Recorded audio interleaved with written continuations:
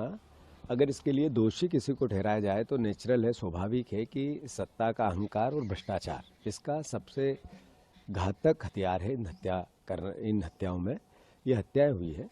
और मैं मानता हूं कि अभी महापौर जी की कैलाश विजयवर्गीय जी की जनप्रतिनिधियों की कल एक मीटिंग हुई इंदौर के रेसिडेंसी पे। तो उन्होंने महापौर जी ने कहा कि कलेक्टर हमारी नहीं सुनते हैं, कमिश्नर हमारी नहीं सुनते हैं, अधिकारी हमारी नहीं सुनते हैं। फिर कैलाश विजयवर्गीय जी ने भी कहा कि कोऑर्डिनेशन की कमी है अधिकारियों और महापौर जी में। फिर मोहन यादव जी ने अपने बयान में भी ये कहा कि अधिकारियों की कमी है, हम ज़्यादा अमला भेजने वाले हैं।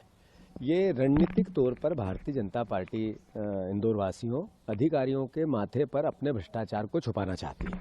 मैं आप सबसे आग्रह करना चाहता हूं कि अधिकारी भी दूध के धुले नहीं है, लगातार यहाँ बैठे हुए हैं तो भ्रष्टाचार के हिस्सेदार हैं।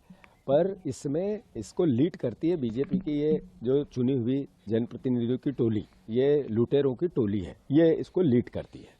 मैं सवाल पूछना चाहता हूं कि आप महापौर से ये तो पूछो कि किसका ठेकों में भागीदारी है, किस किस नेता की ठेकों में भागीदारी है, तो आपको समझ में आ जाएगा कि ये आपको उससे झूठ बोल रहे हैं। ये जब अधिकारियों को टारगेट कर रहे हैं तो इसका मतलब है अपने पाप को छुपा रहे हैं और आपको गुमराह कर रहे हैं, इंदौर की जनता को मूर्ख समझ रहे हैं। मैं फिर से ये 15 मौतें हुई उसके लिए अपने आप को भी जिम्मेवार मानता हूं कि हमने इस तरीके से अपने आप को मजबूत नहीं रखा कांग्रेस पार्टी को, जिससे ये बेलगाम हुए।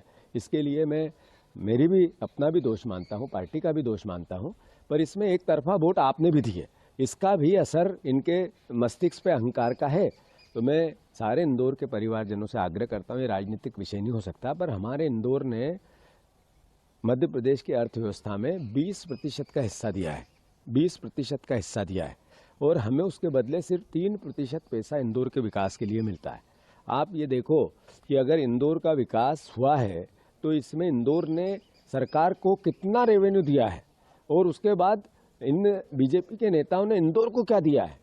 तो इनने 15 मौतें दी। आपको याद होगा कि एक कुएं में भारतीय जनता पार्टी का नेता का ऑफिस बना हुआ था, वो भी कैलाश विजयवर्गीय की उस समय की कॉन्स्टिट्यूंसी थी, उनके लड़के की थी, जो जिसमें 36 लोगों की मौत हुई थी। वो मौतें भी इनने ही दी थी। उसमें क्या जांच हुई, किसको दोषी पाया गया, क्या वो जेल में है, बिल्कुल सब बाहर है। अभी चूहे कतरते हैं, किसी को दोषी ठहराया नहीं ठहराया।